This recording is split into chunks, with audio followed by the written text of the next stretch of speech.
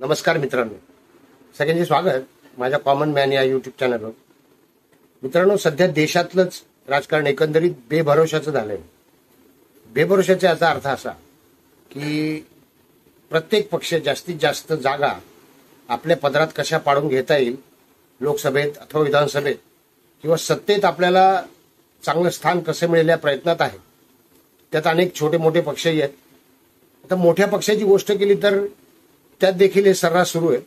छोटे पक्ष पूर्वीपासून आयत्या वेळी युती करत होते, युती तोडत होते, एखाद्या पक्षाला आधार देत होते, एखाद्या पक्षात सामील होत होते, पुन्हा पुढच्या निवडणुकीच्या दुसरीकडे जात होते.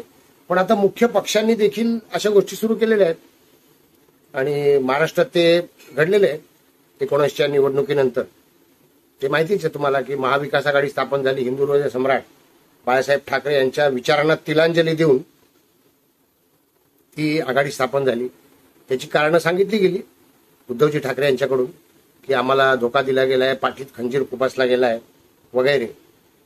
आणि त्यानंतर काँग्रेस आणि राष्ट्रवादीशी हातमिळवणी करून महाविकास आघाडीची स्थापना झाली होती. ती घटना आता जुनी झाली, कारण त्यानंतर ज्या अजून भयानक घटना घडल्या त्यामध्ये शिवसेना फुटली, राष्ट्रवादीही फुटली आणि पुन्हा युती सरकार आलं. म्हणजे एकनाथ शिंदे यांच्या गटाने 40 आमदारांसह बंडखोरी केली. दादा पवार यांनी देखील बंडखोरी केली आणि युती सरकार पुन्हा स्थापन झालं, ज्यामध्ये एकनाथ शिंदे मुख्यमंत्री आहेत आणि दादा पवार, देवेंद्र फडणवीस हे उपमुख्यमंत्री आहेत. कारभार तर चांगला चाललाय, पण शेवटी महाराष्ट्रामध्ये गुन्हेगारी आहेच, जी वाढली असं म्हणता येणार नाही, पण गुन्हेगारी आहेच. आणि ते आता राजकीय गुन्हेगाराचं स्वरूप आलं या गुन्हेगारीला.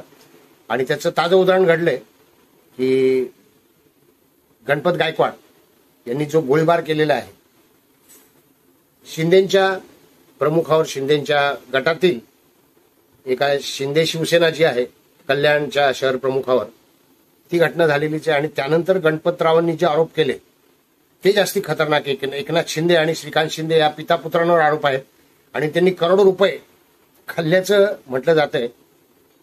ते पैसे कोणाचे अजून निश्चित नाही झालं. म्हणजे ते प्रत्यक्ष गणपतरावांचे पैसे होते, काही उधारीचा व्यवहार होता, काही इतर व्यवहार होता, की ते कुठल्या कामाचे पैसे होते. त्यामुळे तो भ्रष्टाचार झाला असंही म्हणता येणार नाही. पण त्यानिमित्ताने एकनाथ शिंदे यांना हा डाग लागतोय.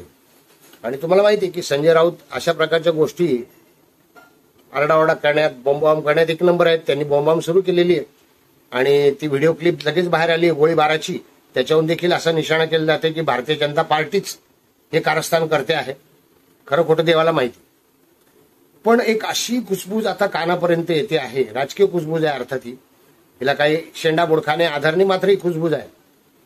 कालच एका समर्थकाशी बोलणं झालं माझं, ठाकरे गटाच्या समर्थकाशी, आणि त्याचा जो अंदाज आहे तो मी तुम्हाला सांगतोय. अर्थात शेंडा बोडखाने मी आधीच म्हटलंय, पण त्यांनी सांगितलंय की भारतीय जनता पार्टी आणि ठाकरे गट यांच्यात गुप्तपणे डील सुरू आहे. आता हे कोण कोणाशी चर्चा करते ते सांगता येणार नाही मला इथे, मात्र ही चर्चा नक्की सुरू असल्याचा अंदाज आहे. आणि ते डील नेमकं कोणत्या प्रकारचं आहे, त्यात काय काय सामील आहेत गोष्टी त्या डीलमध्ये, त्या देखील मी तुमच्यापुढे मांडणार आहे. आणि या बातमीला पुष्टी मिळू शकते एखाद्या वेळेला पुष्टी मिळू शकते, कारण अलीकडच्या घटना तशा घडल्या आहेत. म्हणजे नुकतंच कोकण दौऱ्यामध्ये उद्धव ठाकरेंचं एक विधान तुम्हाला आठवत असेल की आमचं मोदींशी वैर नाही.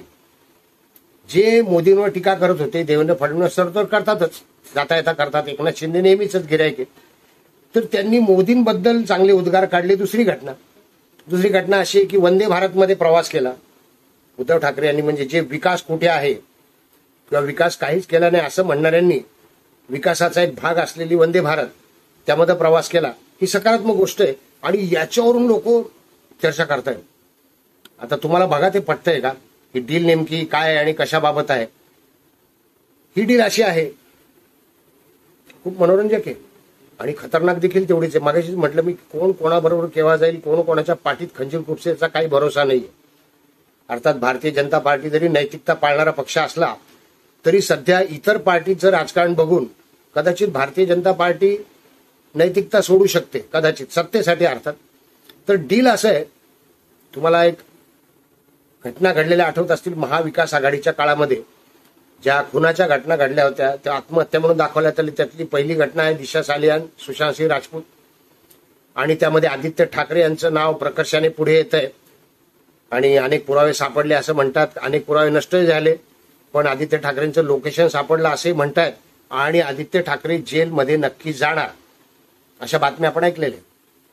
निलेश ओझा जे सुशांत राजपूत आणि दिशा सालियान या केसमध्ये वकिली करतायत, त्यांनी मीडियावरील वेळोवेळी ही माहिती दिलेली आपल्याला. अनेक भारतीय जनता पार्टीचे समर्थक वाट बघतायत की आदित्य ठाकरे जेलमध्ये जातील, पण तो दिवस कठीण आहे. त्याच्या उलट मी बघतोय की आदित्य ठाकरे अगदी जोमाने काम करतायत, उद्धव ठाकरे देखील जोमाने काम करतायत. म्हणजे या आरोपामुळे ते कुठेही विचलित झालेले दिसत नाहीयेत, राजकीय दृष्ट्या किंवा सामाजिक दृष्ट्या म्हणूयात आपण. त्यांच्या वर्तनात उलट त्यांचं जास्त अग्रेसिव्ह झालेत. कदाचित हा अग्रेसिव्हनेस एक कारणही असेल आरोप होत आहेत म्हणून. पण आता आपल्याला अटकेचीच भीती नाही अशा पद्धतीत त्यांचं वर्तन आहे. एकंदरीत सिंपथी कार्डचा मागच्या मी व्हिडिओ बनवला होता की कदाचित सिंपथी कार्ड खेळू इच्छित आहेत की मुद्दाम मला अटक करा म्हणजे मला सहानुभूती मिळेल जनतेची. हा पण शक्यता आहे. पण ही शक्यता अशी आहे की डीलमध्ये दोन गोष्टी आहेत बघा. कोणत्या दोन गोष्टी? तर पहिली गोष्ट आहे की आदित्य ठाकरे यांना अटकेपासून दूर ठेवावे, आदित्य ठाकरे सोडून द्यावे. थोडक्यात ती अटक रेंगाळवली जावी कोर्टाच्या निमित्ताने, इतर कुठल्याही निमित्ताने अशा गोष्टी टाळता येतात. तर आदित्य ठाकरे यांची अटक टाळावी आणि त्या बदल्यात ठाकरे गट लोकसभेमध्ये छुपा पाठिंबा भारतीय जनता पार्टीला देईल.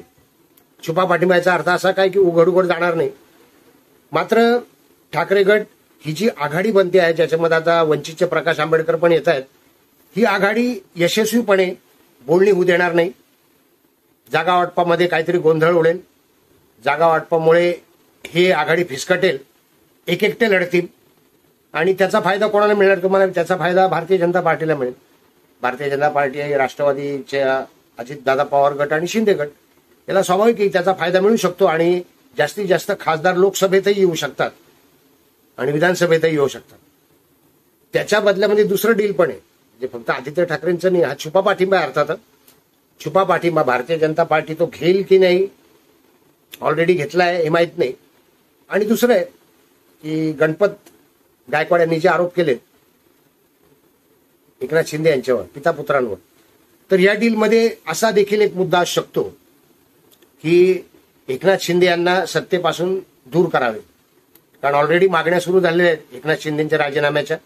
संजय राऊत यांनी एकनाथ शिंदेवर कारवाई व्हावी, कुठे गेली ईडी, कुठे गेली सीबीआय, एकनाथ शिंदेवर कारवाई व्हावी, त्यांना अटक व्हावी, अशा बोंबा सुरू केलेल्या आहेत.